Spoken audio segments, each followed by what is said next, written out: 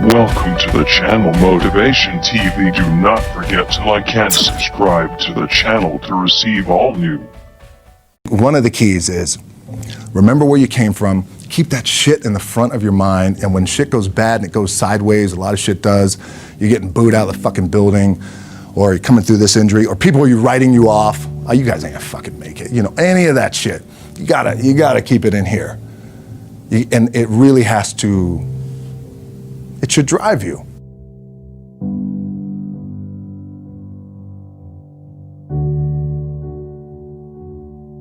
This idea and this notion that you could be anything you want and you can accomplish anything you want, right? We hear that. You've heard that from the time you were little boys. You hear that now. You're already incredibly accomplished. You can win an NBA championship, MVP of the league. You could become president. You could become governor. You could be in entertainment. You could do Charles, and you could do Shaq. You could do that. You could do whatever you want to do. You guys know that. The thing that has worked for me is to remember the hard times. So, and I'm sure you guys all have your processes. And again, I'm going to tell you what's worked for me. So before a big movie comes out, before, back in the days when I was wrestling with WWE, a WrestleMania match, anything big that would happen, I would always take a moment and I just remind myself, all right, I was evicted when I was 14. We were kicked off the island. We couldn't live in Hawaii. Had no place to live. A lot of shit happened. Then when I moved to Nashville, I was arrested multiple times by the time I was 16 years old. I gotta remember that. If I were playing on this team, which my skills are, what's that term? Oh, the shits. So I never play. But before I lace up, before I get on the court, before I play in these big games, before I go to the Staples Center, where history is there, those are historic walls there at the Staples Center. I would remember that, and it allows me then to be present in the moment and understand, holy shit, the stuff I have around me right now, this is the shit that I dreamed of when I was a kid.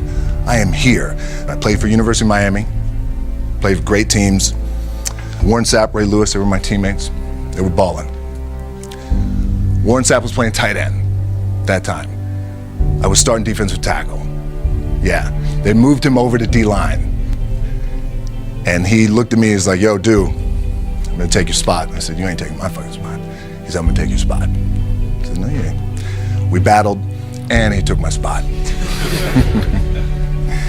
Now you can imagine how that fucked with me, because there goes my opportunity. He went in, switched to defensive tackle, lit the world on fire. Well, what that did, it crushed me, it crushed my dreams. I had a piss poor senior year, zero production, no NFL, no combine invite, nothing. Finally went to the CFL, Calgary Stampeders, making $250 a week Canadian.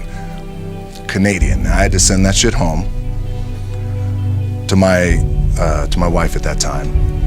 Had no money. So I remember that. When I got cut from Canada, I had $7 in my pocket. And I always tell that story. So now my production company is $7, advertising agency is $7, everything is $7. So I always remember that.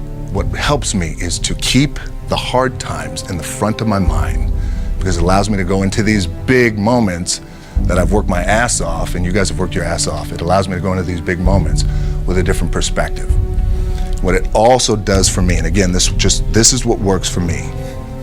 Like, I keep my back, excuse my language, my back is up against this motherfucker. Every day, it's against this fucking wall. Excuse my language, ladies in the room.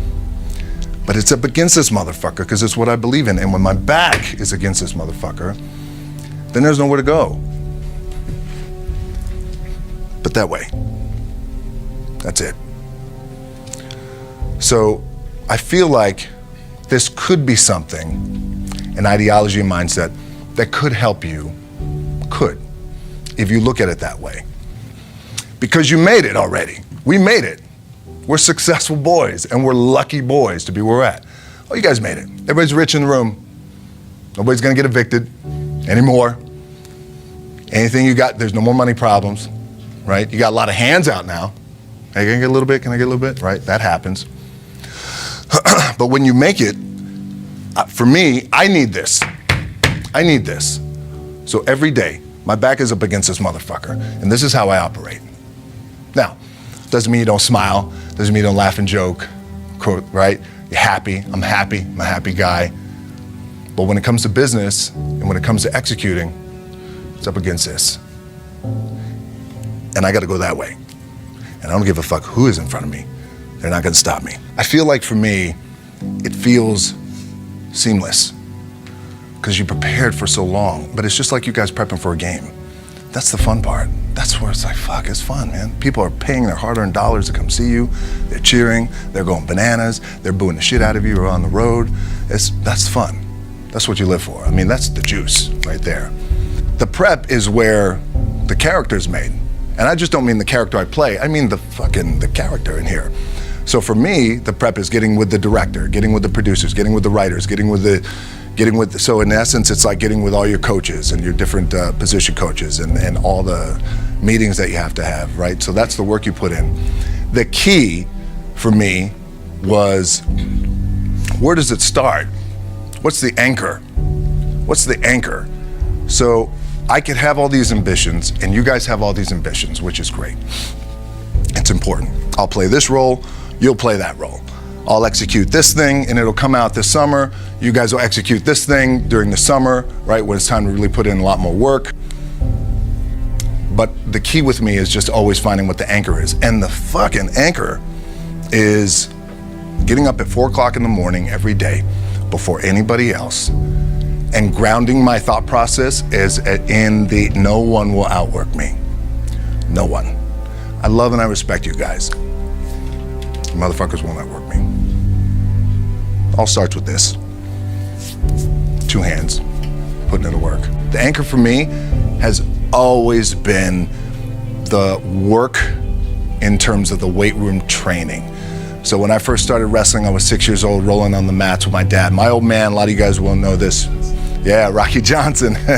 My old man was Rocky Johnson. He was the first black WWF at that time. First black WWE tag team champions with Tony Atlas back in 1983. My uncles were wild Samoans. I come from a long line of pro wrestlers. But before the wrestling part happened, I was just in the gym putting in the work. At 6 years old, rolling around on the mats. And finally when I could touch weights at 13, that's what I was doing. But the weight part for me and the gym part has always been, has to be the anchor. Look, at the end of the day, like again, it's the kind of stuff that I talked about at top is I have to hold on to my dad in his pickup truck came down 4 o'clock in the morning, picked me up in Miami from Tampa. We lived in a little shitty apartment in Tampa. He drove down in his little pickup truck to Miami to get me when I was cut from the CFL. I was driving up I-75. I don't know if you guys are from Florida, any of you guys, if you know, it's I-75 is like, especially down in Florida, Alligator Alley. I'll never forget it. It's 4 o'clock in the morning. And I thought, well, fuck. I leave home like you guys left home. I'm ready to tackle the world, to get after it, achieve my dreams and goals. Fucking crushed by 22, 23 years old. Now I gotta move back in with my mom and dad. I played on great teams though. Wait a second, this is not supposed to be my future. I'm supposed to be in the NFL right now. I'm supposed to be making a lot of coin and buying my parents shit, buying me shit, taking care of my wife, but it never happened. So I pulled out my wallet, I thought, well, let me see how much money I have. I opened it up, I had a 5, a 1, and change.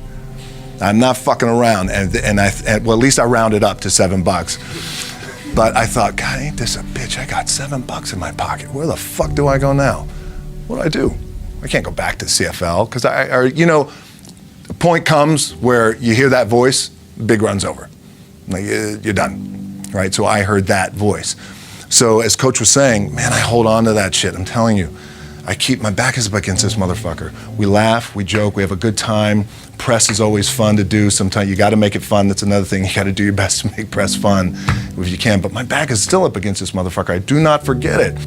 What this also helps me do, and again, it works for me, is at some point, you gotta be fucking tired of not being number one.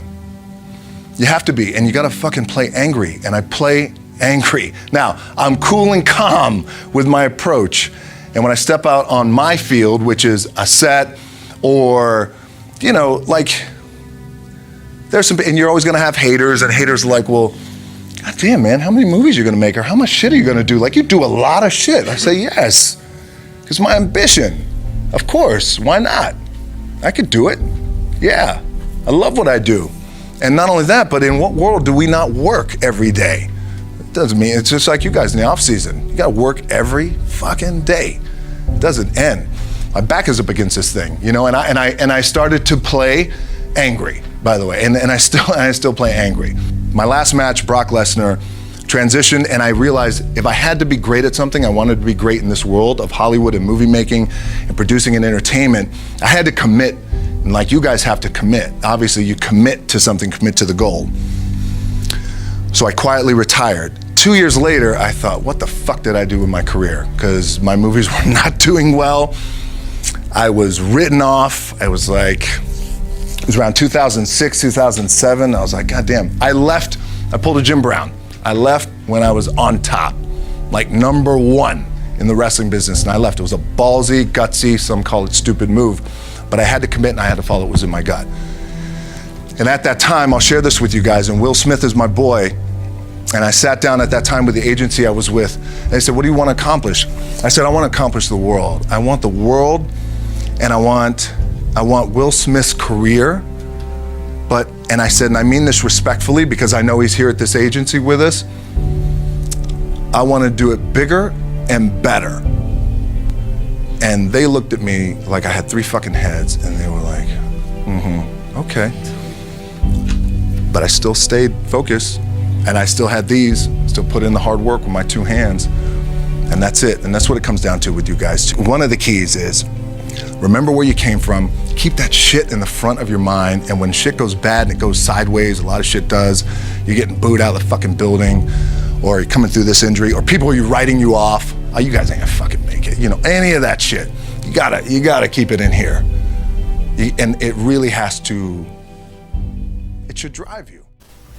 Welcome to the channel Motivation TV. Do not forget to like and subscribe to the channel to receive all new